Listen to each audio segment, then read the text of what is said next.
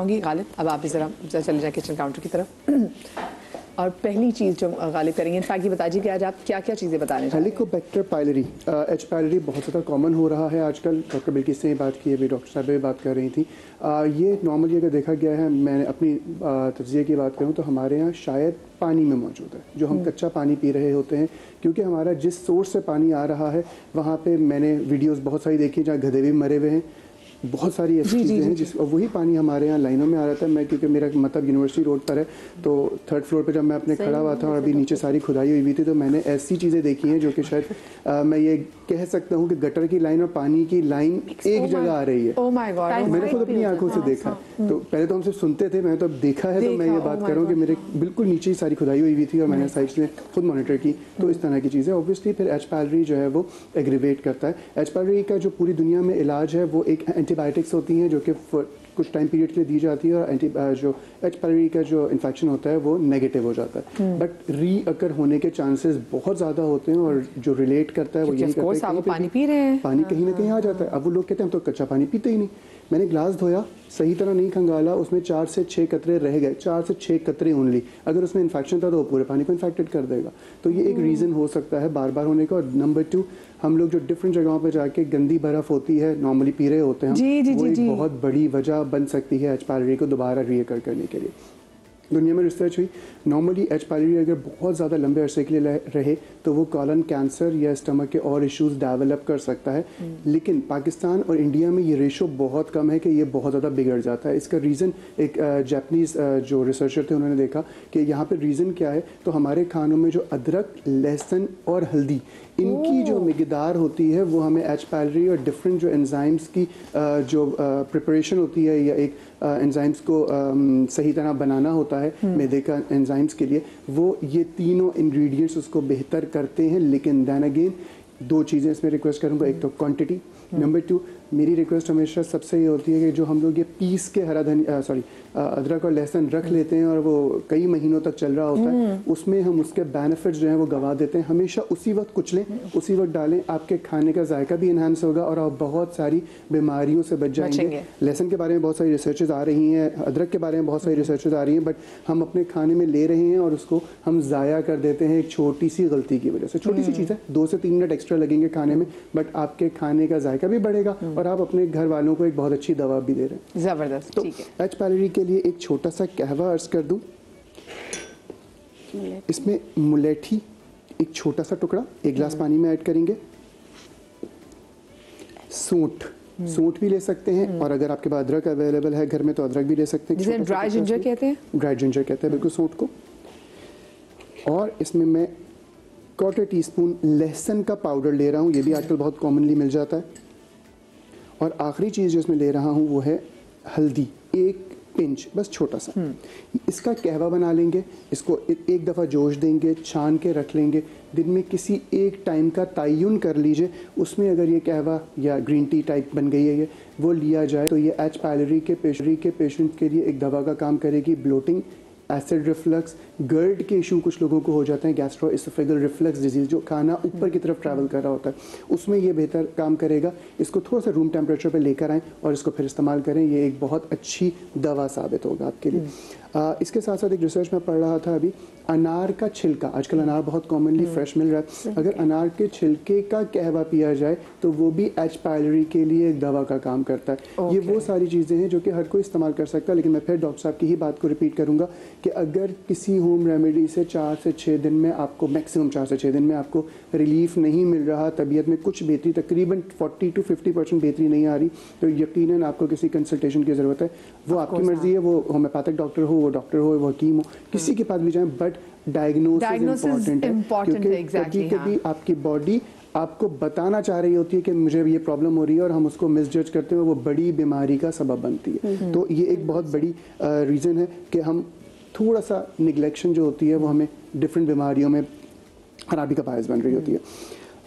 खाना यहाँ तक चढ़ा लिया है, दावतों से आए हैं, सुधरने वाले तो हम हैं नहीं, और वो बहुत सारी बीमारियों का बायस बन रही होती है। जैसे रात को रिफ्लक्स हो रहा है, सोया नहीं जा रहा, करवटें ले रहे हैं, ब्लोटिंग हो रही है, बदहज़मी की कैफियत है, या खुदा न खास्ता कोई ऐसी चीज़ खा ली है जिसकी वजह से स्लाइटली मोशन वाली कैफियत हो रही है। मैं ये नहीं कह रहा ये मोशन की दवा है, बट आपके एंजाइम्स को बेहतर करेगी, आपकी मैदे के जो कैफियत है उसको बेहतर करने में ये ग्रीन टी टाइप है जो कि घर के इंग्रेडिएंट से है और ये आपको बहुत ज़्यादा बेनिफिट दे सकती है। इसमें 1.5 गिलास पानी लिया, 1 चाय का चमचा मैं इसमें सौंफ ऐड करूँगा। इसके साथ एक छोटा सा टुकड़ा, तकरीबन 1 से 1.25 इंच का टुकड़ा, इसको थोड़ा सा कुचल लेंगे। और मैं अभी कुचल नहीं सकता, मेरे पास वो नहीं है, बट इसको हम ऐड कर देंगे। पुदीने की 8 से 10 पत्तियां और आखिर में इलायची 2 से 3 दाने तोड़ के, इसको अच्छी तरीके से तोड़ के इसको 2 से 3 दाने मैंने इसमें ऐड कर दिए। इसको इतना पकाएं कि ये आधा रह जाए, पौना कप रह जाए, 1.5 कप पानी था, आधा रह जाए। इसको छान लीजिए। इसमें चीनी मैं नहीं प्रेफर करता, बट शहद या कोई मीठा करने के लिए डाल सकते हैं, मिश्री डाल सकते हैं अगर आप शुगर पेशेंट नहीं है तो।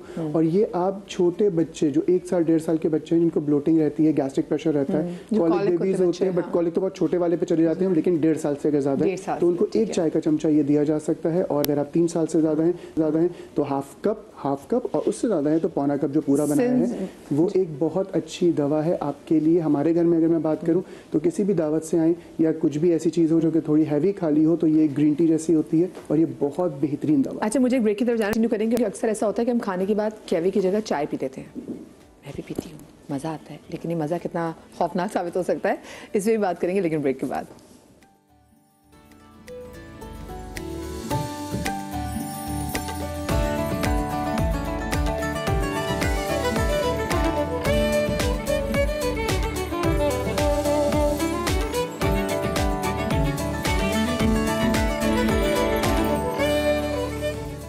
Welcome back after the break. और इससे पहले कि मैं किचन काउंटर की तरफ दोबारा जाऊँ जहाँ पर गालिब हमारे साथ मौजूद हैं, मैं ब्रेक पर जाने से पहले मैंने एक बड़ी अनहेल्दी किस्म की प्रैक्टिस के हवाले से बात की। ये जो हम चाय जो पीते हैं, एक तो लोग सुबह सुबह उनको बेड टी चाहिए होती है, वो कहते हैं सुबह उठ जैसे उठें गर्मा गर्म हमें चाय ला दो। एक तो सुबह सुबह वो दिन का आगाज़ बेड टी से कर देते हैं, और एक तो बेड टी, बेड पे हमने 1000 बार कहा कि जी दिस इज़ नॉट हेल्दी। वैसे भी खाने के बाद चाय, ठीक है, कहवा, क्योंकि गालिब कहवा बना रहे थे तो फिर हमने कहा कि खाने के बाद कहवा तो पीना चाहिए, लेकिन हम तो चाय भी पीते हैं।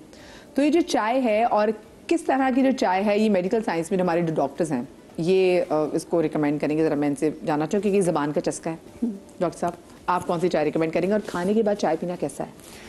अक्सर लोग ये समझते हैं कि चाय से खाना हजम हो जाता है, ऐसा नहीं होता। अगेन ये भी वो मिथ्स हैं। हम चाय इसलिए पीते हैं क्योंकि हमें शौक है, हमें मजा आता है, हमें चस्का है। लेकिन ऐसा नहीं है। इनफैक्ट जो थोड़ी देर पहले बात हुई थी गैस्ट्रोएसोफेजियल रिफ्लक्स डिजीज, जिसके अंदर तेजाबियत होती है, सीने में जलन होती है, खाना ऊपर की तरफ आता है, वो इनफैक्ट चाय से बढ़ जाती है। क्योंकि चाय के अंदर हॉट लिक्विड कोई भी होगा या टी की कुछ खुसूसियात होती हैं जिससे स्फिंक्चर नीचे का रिलैक्स होता है, मसल, और खाना ऊपर की तरफ आता है। तो इनफैक्ट अगर कुछ होगा तो हाजमा और तेजाबियत चाय से ख़राब होगी, बेहतर नहीं होगी। जैसे डॉक्टर, बहुत सारे लोग सुबह वॉशरूम जाने से पहले वो कहते हैं, जो मर्द हज़रात में स्पेशली, वो कहते हैं तो सिगरेट या वो चाय, उनको लगता है कि अगर वो सिगरेट और चाय वो लेके जाएंगे तो they'll be happy to do their business ना, हाँ, in the washroom. So ऐसा है, बिल्कुल है, और इसका एक साइंटिफिक रीज़न है। चाय और जो निकोटीन होता है सिगरेट के अंदर, उससे उसका जो इफेक्ट इंटेस्टाइन में होता है वो होता है कि उसकी एक्टिविटी बढ़ाती है। तो जब इंटेस्टाइन की एक्टिविटी बढ़ती है तो उनको हाजत होती है, दे गो टू द टॉयलेट। तो ये इसके पीछे तो एक साइंटिफिक रीजनिंग है। मगर आप सही कह रही हैं, बहुत से लोगों को इसकी आदत है जिसके बगैर वो लाइक यू से they can't do their business. हाँ, यस, एग्जैक्टली। अच्छा डॉक्टर साहब, मैं स्पेशली मुझे बताएं कि जो हम मसाला चाय वाला, क्योंकि एक कुछ बड़ी रॉन्ग प्रैक्टिस हमारे यहाँ, चलो मसाला चाय तो मैं खुद भी, मुझे लगता है कि बड़ा रिलीफ आपको मिल रहा होता है, लेकिन अगर आप बाज़ारों का रुख करें तो एक चीज़ मिलती है, दूध soda. I don't know Karachi के बारे में, हमारे लाहौर में बहुत ज़बरदस्त मिलता है। वो जो दूध के अंदर उन्होंने वो जो वाइट कलर की जो फ्रिजी ड्रिंक है वो डाली होती है, और वो बड़ा ठंडा ठार वो जो पीते हैं। अच्छा, वो मज़े का तो बहुत लगता था, लेकिन उसके बाद वो जब डॉक्टर्स ने बताया, उन्होंने कहा कि ये चीज़ तो दूध के अंदर आप फ्रिजी ड्रिंक डाल रहे हैं, ये तो बड़ी खौफनाक चीज़ है, लेकिन हम वो पी रहे हैं। और बड़े बुजुर्ग भी कहते हैं, नहीं जी आज मेरा खाने को दिल नहीं कर रहा, मुझे बड़ी तेजाबियत हो रही है, मुझे दूध सोडा ला के दे दो। डॉक्टर साहब, ऐसी चीज़ें कितने नुकसानदेह हो सकती हैं? हमारे घर में जो अम्मा अब्बा सारे बुजुर्ग बैठे हैं इस वक्त और जो देख भी रहे हैं इस वक्त। हाँ, ओके, सो आई थिंक एक तो ये कि कुछ चीज़ें सदियों से मौजूद है, चाय हमेशा है, हमारे बाद भी रहेगी, लोग पीते रहेंगे डिफरेंट तरीके से, और पूरी दुनिया में यूज हो रही है। लेकिन तो ये तो हमने किया ना, बड़े सगीर वालों ने किया ना, हमने दूध डाल के पका पका के बड़ा गर्म किया दिया हमने। और उसके वक्त उसके कितना ज़्यादा आप पीते, कुछ लोग चाय की एडिक्शन है कि हर वक्त चाय पीना ज़रूरी है। और ये दूध सोडा वाली जो बात है, मेरे ने ख्याल कि मैंने एक्सपीरियंस किया है। डॉक्टर साहब अल्हम्दुलिल्लाह बड़े मजे का होता है, हमने लाहौर में बहुत It sounds quite odd carbonated drink जो है वो एक डेयरी ड्रिंक में डाल दी जाए। जी बिल्कुल बिल्कुल। और so I'm not entirely sure कि वो कि किस तरह होगा। मैंने तो कभी आपने एक्सपीरियंस किया है? हाँ, अच्छा कार्बोनेटेड ड्रिंक होती है ना, उसके बाद एक बर्प आती है क्योंकि वो कार्बोनेट एक एसिड हजम हो गया खाना, तो समझते हैं कि खाना हजम हो गया। ये साइकोलॉजिकल लोगों की इफेक्ट है कि वो जाहिर सी बात है वो जाके मुझे तो लगता है अंदर बर्स्ट हुई कोई चीज, और वो बर्प जो आती है ना, कहते हैं अब हमें खाना, वो एक दिमाग में बैठ गया है। वो सजेस्ट, और मसला है कि ये वाली हम आगे पास ऑन भी करते हैं कि आप ये पी लें, हाजमा हो जाएगा। और उसके बाद मैंने देखा लोगों की तबीयतें खराब भी हो जाती है क्योंकि वो एक ऐसा मिक्सचर अंदर गया, एल्केलाइन और एसिडिक मिक्सचर, जो कि अंदर की जाके स्टमक की पूरी लाइनिंग को डिस्टर्ब कर सकता है। तो किसी को फिर वो डायरिया हो गया, किसी को जैसे खाना हजम ना हो रहा है, ऐसे करो, ओहो वो वाइट वाला सोडा ले आओ जो वाइट फिज ड्रिंक है, उस काले नमक डाल कर नींबू वो पी लो। तो अब मुझे बताएं, वो अंदर एसिड है, उसके साथ आपने चीजें डाली, तो वो एक अंदर जाके वो जो एक चीज बर्स्ट हुई तो उसकी बर्प आएगी ना, बिल्कुल। तो हमें लगता है वो रिलैक्स हुआ, जब गैस रिलीज हुई तो हम कहते हैं हम रिलैक्स हो गए। तो ये जो रिलैक्स होना होता है ना, ये अच्छा वाला रिलैक्स होना नहीं होता, ये आपकी बॉडी को और नुकसान पहुंचा रहा होता है। तो वो चीज हम समझते नहीं है। तो हम जिस्म के किसी भी हिस्से को इस तरह से चैलेंज नहीं करते जिस तरह से इसको करते। बिल्कुल। हाथ को ऐसे चैलेंज नहीं करते कि कितना वजन उठा सकता है, लेकिन इसको ये क्या क्या खा सकता है, कि सब डाले जाओ नए तजुर्बे किए जाओ। इतना भी चैलेंज नहीं करना चाहिए। डॉक्टर साहब हम इसकी लाइनिंग को स्ट्रॉन्ग कैसे करें? मतलब ठीक है जुल्म ना करें इस पे, लेकिन इसको इतना जरूर करें कि आपकी बॉडी में सबसे ज्यादा पावरफुल आपका जो स्टमक हो, हम कैसे कर सकते हैं? रैपिडली चेंजिंग सेल्स होते हैं इसकी लाइनिंग में, हर थोड़े दिन पे बदलने वाले सेल्स होते हैं ये पूरे गट की लाइनिंग के। ये मुस्तकिल वाले सेल्स या लंबी उम्र वाले सेल्स नहीं होते। बैलेंस रखना और उसको इतना चैलेंज नहीं करना, मैं ये भी खा के देखता हूँ, ये भी हजम हो सकता है कि नहीं, ये भी होता है कि नहीं, बना नहीं उसके लिए। तो अब कुछ भी डाले जाएंगे और बोलेंगे कि नहीं ये सही काम करता रहे, तो ऐसा नहीं हो सकता। क्योंकि इस पे आप रिलाई करें भाई, हम ठीक है, हमें लग रहा है कि दिल पे रिलाई करें कि दिल धड़क रहा तो हम चल रहे हैं। ये जो हम खा रहे हैं ना, ऑफ कोर्स वो कहते हैं ना you become what you eat. So हमने ये भी देखना है कि हम खा भी करें। डॉक्टर साहब हम अपनी गट को वैसे हेल्दी करने के लिए क्या चीज़ कर सकते हैं? आई वुड से एक बैलेंस्ड डाइट बहुत ज़रूरी है। बैलेंस डाइट का मतलब ये है कि कुछ फैट्स, कुछ कार्बोहाइड्रेट्स, कुछ प्रोटीन्स हों, मगर सारी बात एतदाल की है, जैसे हमने बात की। So it's all about quantity. कुछ चीज़ें हमें पता है गट हेल्थ के लिए ख़राब हैं। फॉर एग्जांपल बहुत ज़्यादा पेन किलर्स का इस्तेमाल करना, अल्कोहल का इस्तेमाल करना, सिगरेट स्मोकिंग या नशा जितना भी होता है, पान चालिया, ये सारी चीज़ें गट लाइनिंग के लिए ख़राब है, उनसे दूर रहें। गैर ज़रूरी दवाइयों का इस्तेमाल करना, एंटीबायोटिक्स जो लोग बहुत इस्तेमाल करते हैं। शो के शुरू में बात हुई थी माइक्रोबायोम की और गट के बैक्टीरिया की, एंटीबायोटिक्स उन सबको तबाह कर देते हैं। तो generally just avoiding a good healthy lifestyle, अगर ये कर लें और सेंसिबल लाइफस्टाइल हो तो आपकी गट हेल्थ भी बहुत अच्छी रहेगी। बिल्कुल। बाकी जो सेल्फ मेडिकेशन है भाई, ये भी बहुत बड़ी फसाद की जड़ है। हम जैसे हमेशा शो में बात करते हैं और गालिब ने भी जैसे कहा कि डायग्नोसिस सबसे पहले डायग्नोसिस एंड देन उसका ट्रीटमेंट, तो ये बहुत ज़रूरी है भाई। और डायग्नोसिस डॉक्टर या आपको गुड एक्सपर्ट्स करके दे सकते हैं, इसके अलावा कोई चीज़ें। और सेल्फ मेडिकेशन भी जहर है। बहुत से लोग मैं देखती हूँ अपने बच्चों को सेल्फ मेडिकेशन डालते हैं कि इस बच्चे को ये मसला है, चलो बच्चे को हम खुद ही एंटीबायोटिक भी डाल देते हैं। बहुत गलत है। एंटीबायोटिक की जिस तरह बात है, डॉक्टर साहब ने भी ये जिक्र किया अपनी बात में, एंटीबायोटिक का मतलब बैक्टीरिया से लड़ने की सलाहियत या बैक्टीरिया को मारने की दवा। हमें ये बात का तयन करना है कि हमारी आंतों में भी, हमारे जिस्म में भी कुछ गुड बैक्टीरियाज होते हैं, कुछ बैड बैक्टीरियाज होते हैं। हमें बैड बैक्टीरिया के लिए तो वो दवा चलेगी, लेकिन वो गुड बैक्टीरिया को भी मार रही होती है। तो उसका रेगुलर बेसिस पे इस्तेमाल करना दो मसले बना रहा है। एक तो हम ओवरऑल हेल्थ हमारी ख़राब हो जाती है अगर ज़्यादा इस्तेमाल करें विदाउट डॉक्टर के प्रिस्क्रिप्शन या डॉक्टर के मतलब एक बंदा है जो इतना 8 साल 9 साल पढ़ के आया है और पूरी चीज़ उसने इतनी मेहनत की है आप लोगों के लिए, और हम जो है वो घर में वो खाला ने कहा था ये कर लो, ऐसा नहीं है। आप एक बंदा जो इतनी मेहनत करके आ रहा है उसको कुछ तो रिगार्ड करेंगे, एक इंजीनियर है और एक जो है वो मजदूर है, दोनों में कहीं ना कहीं फर्क होगा। बड़े बुजुर्ग कहते हैं जिसका काम उसी को साझे। अच्छा, हम तो गुड बैक्टीरिया के इतने खिलाफ हो जाते हैं। हमने पिछले जब सैनिटाइजर आया, हमने हाथों को इतना सैनिटाइज किया, हमने उसमें से गुड बैक्टीरिया भी खत्म कर दिए। हर चीज़ की मैं पंजाबी में कहती हूँ कि मत नहीं मारनी, ठीक है ना, एक एतदाल में रह के आपने ज़िंदगी गुजारनी है। और दूसरी चीज़ ये कि बहुत ज़्यादा एंटीबायोटिक के इस्तेमाल की वजह से हम इम्यून होते जा रहे हैं एंटीबायोटिक से। अब थर्ड जनरेशन से कम एंटीबायोटिक यूज़ ही नहीं कर पा रहे बच्चे भी। छोटे छोटे बच्चे मैं देखता हूँ थर्ड जनरेशन से कम तो उनको असर ही नहीं कर रही, पता ही नहीं चलता कि कुछ दिया है उनको। आपने एक और चीज़ नोट किया, आजकल ये छोटे छोटे बच्चे, एक तो उनके traumas, I am so sorry बच्चों, I know there lot of pressure on you, we have social media, we have पढ़ाई, और आजकल माँ बाप ने भी अपने एम्स बहुत और करनी है, बट स्टिल छोटे छोटे बच्चे आर ऑन एंटी डिप्रेसेंट्स। उसका रीज़न बच्चे जो सुन रहे हैं स्कूल में वो हो नहीं रहा। हाँ। जो माँ बाप बता रहे हैं वो माँ बाप खुद नहीं कर रहे। मोबाइल का इस्तेमाल मैं अपने बच्चे को मना करता हूँ, लेकिन मैं कर रहा हूँ, खुद लगा हुआ हूँ। अगर मोबाइल हाथ में ले रहा है तो मैं उसको डांट रहा हूँ, लेकिन 3 मिनट बाद वो बच्चा मुझे ही बोल रहा होता है कि बाबा आप तो खुद मोबाइल यूज़ कर रहे हैं इतनी देर से, आप तो टाइम ही नहीं मिल रहा हमें। तो ये सारी चीज़ें हैं जो बच्चे को कॉन्फ्लिक्ट कर रही हैं, और जाहिर बात है फिर वो जो टीवी पे देख रहा है मोबाइल में, उससे ज़िंदगी जो हो रही है वो, और जो हम सिखाना चाह रहे हैं वो, और स्कूल वाले जो सिखाना चाह रहे हैं वो, ये सब कॉन्फ्लिक्ट हो रहा है। बच्चे का दिमाग जाएगा कहाँ? Oh my God, तो ऑब्वियसली ये सारी चीज़ें हो रही हैं, और उसका रीज़न मेरे ख्याल से हम खुद हैं कि बच्चे को जो सिखा रहे हैं पहले खुद इम्प्लीमेंट करें, और उसके बाद अगर हम उसको देखकर वो बच्चा, आजकल तो बच्चे सारे वो हैं कि आप उसको A फॉर एप्पल बताते रहे वो नहीं सीखेगा, कि A फॉर एप्पल दिखाएंगे तो फ़ौरन सीख जाएगा हाँ भाई ये चीज़ है। बिल्कुल ऑब्वियसली। अच्छा, 2 चीज़ें, एसिड रिफ्लक्स, एसिडिटी बहुत ज़्यादा हो रही है, और उसका मेन रीज़न यही है कि या तो हम बहुत लंबा भूखा रहते हैं तो भी एसिड रिफ्लक्स बनता है, क्योंकि तेज़ाब की जो क्वांटिटी है वो तो मुस्तकिल बन रही है मैदे में। अगर हम उसको कंजम्पशन नहीं करेंगे कोई छोटा मोटा फूड देकर, तो वो ऑब्वियसली एग्रीवेट करती है और वो तेज़ाबियत का बायस बनती है। ये एक वाहिद वजह नहीं है, बहुत सारी और वजूहात भी हैं, लेकिन एक वजह ये भी है। तो मैं लंबा जो भूखा रहने वाले लोग होते हैं उनसे ये रिक्वेस्ट करता हूँ कि छोटा छोटा मील लें, लेकिन थोड़ी थोड़ी देर बाद कुछ ना कुछ लेते हैं। थोड़ी देर का मतलब 4 से 6 घंटे बाद। वो जो लंबा भूखा रहते हैं वो ना रहें तो ज़्यादा बेहतर है। घर में एक रेमेडी यूज़ हो सकती है एसिड रिफ्लक्स के लिए। इसमें 3 चीज़ें ले रहा हूँ। 1 गिलास पानी, छोटा सा टुकड़ा अदरक का इसमें ऐड कर रहा हूँ, पीपरमिंट, इस तरह के ये एक बार्स टाइप होते हैं जैसे बर्फ़ टाइप का समथिंग, इसका इतना सा टुकड़ा, तकरीबन 1.5 से 2 इंच का टुकड़ा इसमें डालूंगा गर्म पानी में।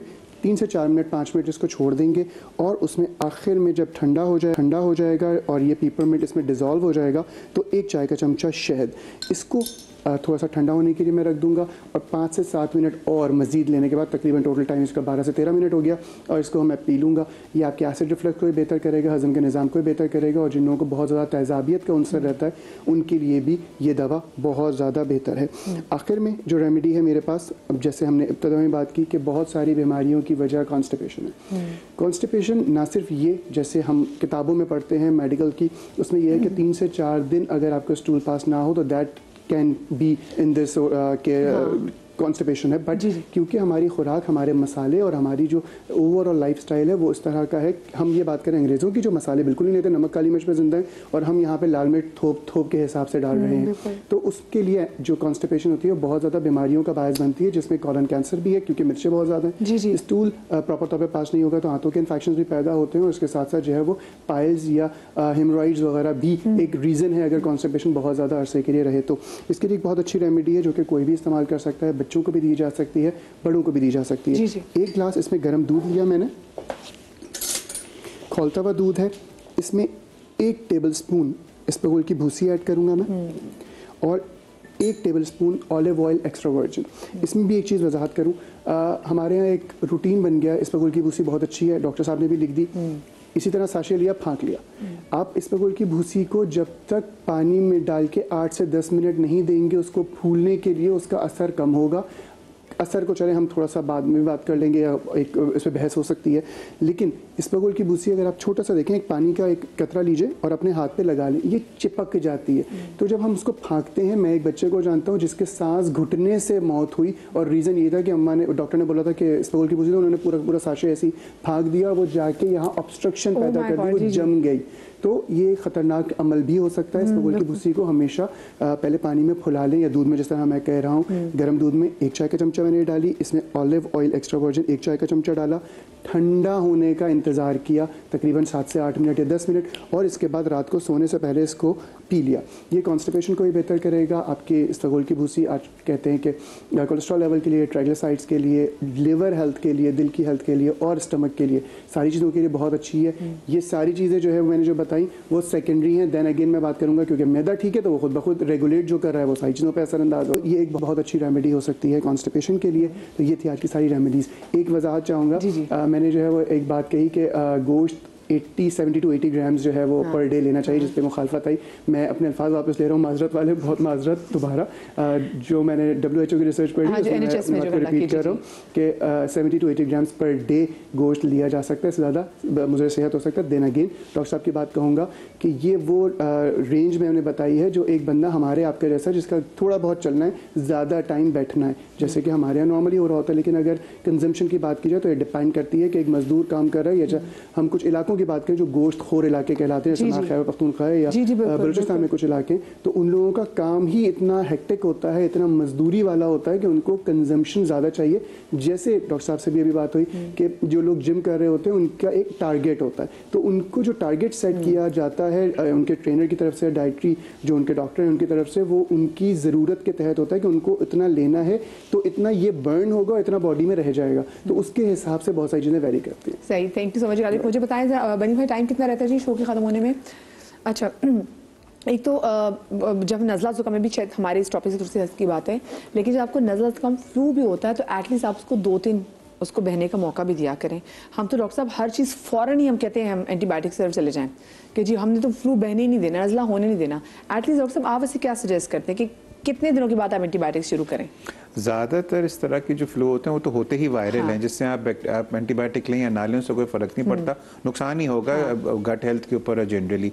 और आमतौर पे ये वायरसेस जो होते हैं उनके दौरानिया 48 to 72 आवर्स आता है, खुद ब खुद ही ठीक हो जाएगा। एंटीबायोटिक्स देने के कुछ ही रीजंस होते हैं, उसके अंदर अगर बहुत शदीद इन्फेक्शन हो या कंफर्म्ड हो के बैक्टीरियल है तो फिर दिया करे, वरना नहीं ज़रूरत होती। सही। अच्छा, एक मुझे जाते जाते आप लोगों के साथ आ जाए, वाली पापा जी चाहिए,